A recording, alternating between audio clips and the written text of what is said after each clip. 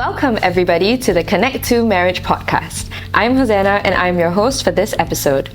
I'm delighted to introduce our guest couple, Raymond and Jenny, who are the wonderful folks behind 10 Butterfingers, as well as the Art of Disagreement and the Art of Engagement marriage workshops. So happy to have you both on Connect2 Podcast, Raymond and Jenny. Thank you for having us. Yeah, So delighted to be here. Can you introduce yourselves to our audience who are tuning in? Well, we've been married for 25 years and we always tell our couples we've been learning to agree for the last 25 years. We're both partners in life as well as in work in this season of life. Right. And we have two young adult children who are 21 and 19. So that gives us a lot of free time. We like to say that we are empty nesting or bird launchers, as our friends call us. Yep. A lot more time to engage in work that's meaningful. Wow. Anything else you want to? Well, she said it all. everything. She said it all. So you've now agreed on this? Agree. Learning to agree. Wonderful, And of course, yes, we do 10 Butterfingers, and that's something, as a multi-hyphenate, work that we do in our life right now. We juggle coaching, training, facilitating, as well as 10 Butterfingers on Fridays and Saturdays. Wow, that's a very full life you got there. Wow, and I guess, this podcast, we're going to be talking a lot about how you manage different things as a couple as well. So the first topic we're going to be tackling is a sticky one for many, the division of chores. Bring it on. Yeah, let's go. So, Raymond and Jenny, how do you both first approach the topic of dividing household chores, and what surprised you about the conversation? I guess looking back to our journey 25 years ago, I don't think we really talked about it. I mean, we were asking ourselves, did we talk about it? Not really. We didn't have a conversation. I guess we flowed into our roles. Right. And I suppose for me, I grew up in a household where I have to help. Right.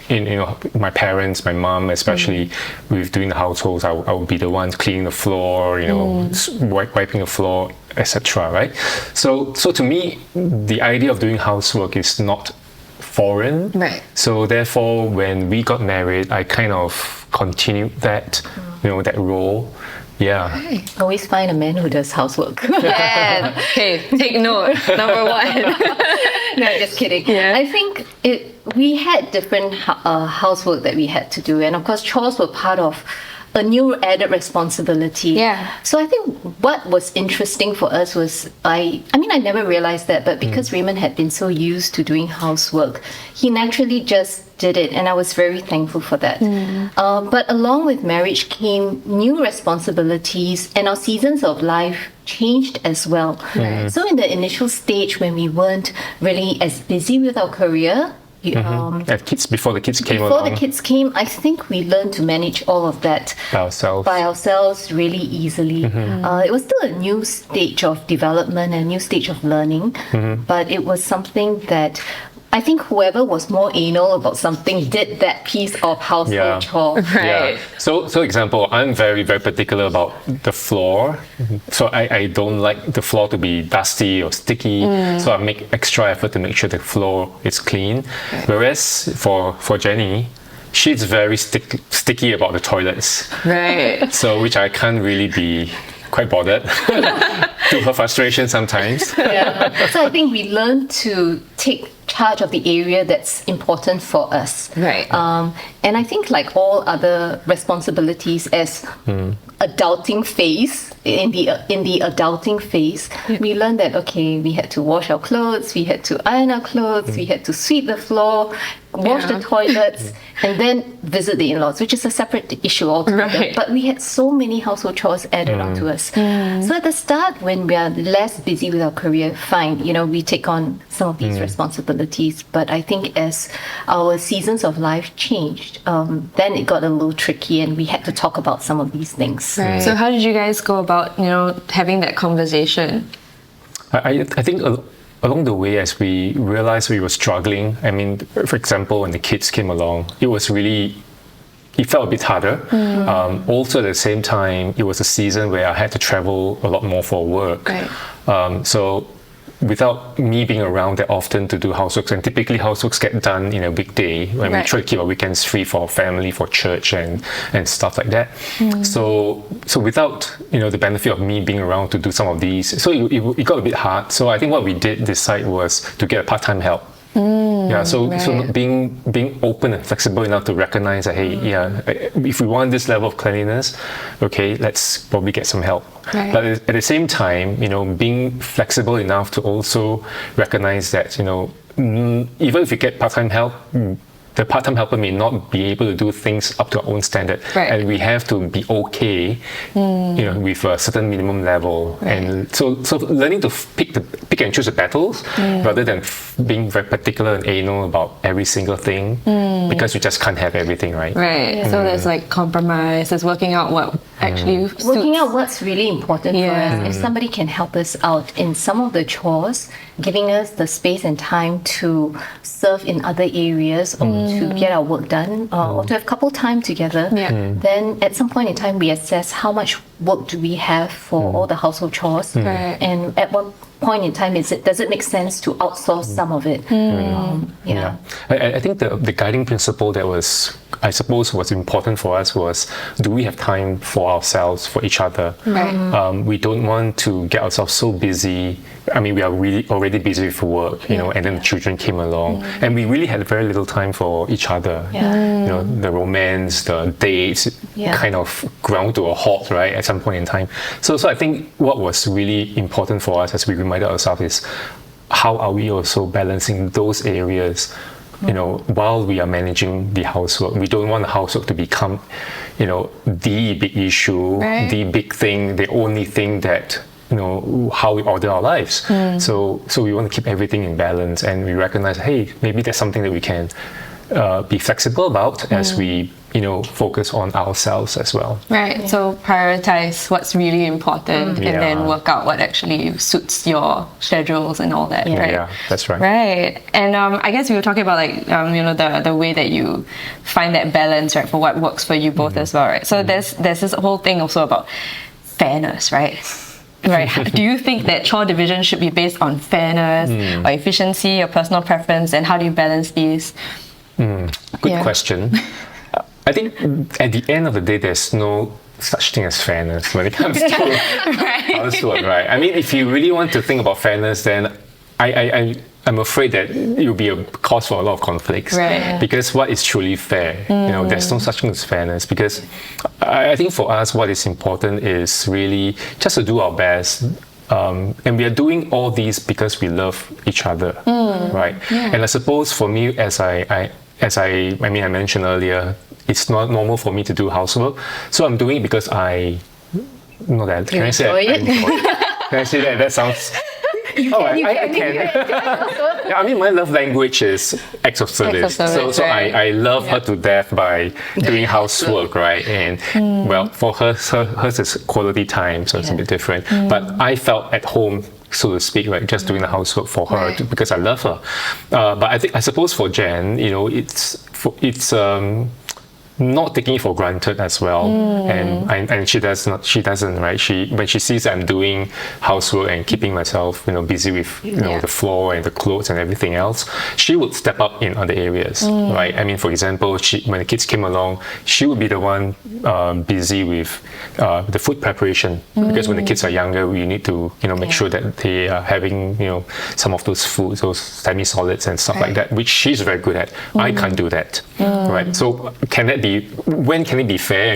There's no such thing as fairness, so to speak. I think we're learning to play as a team. Right. So the moment we have household chores, realize that the aim and the goal is to keep the home a safe and comfortable place for us to come back to. It's a sanctuary for us to rest, to talk about what's important for us. And in making it a sanctuary, a lot of things has to be done. So it's never quite about fairness. It's about how do we play our parts? How can we utilize our strengths for the way we love each other? So for me, I would prepare food, which is also feeding him, but making the time together that we spend as relaxing as possible, and that's how we divide our household chores. For Raymond, he would keep the floor, he would wash the dishes, he would help a lot with the laundry, and for me it's just making sure that everything else that doesn't go into that, I would take over. So for example, making sure that the fridge is packed, making sure that clothes are being ironed, and the toilets too. and Yes, the toilets. toilets. Yeah, so it's having the vision that here we are as a team playing our part to create that sanctuary or the home that we are building towards.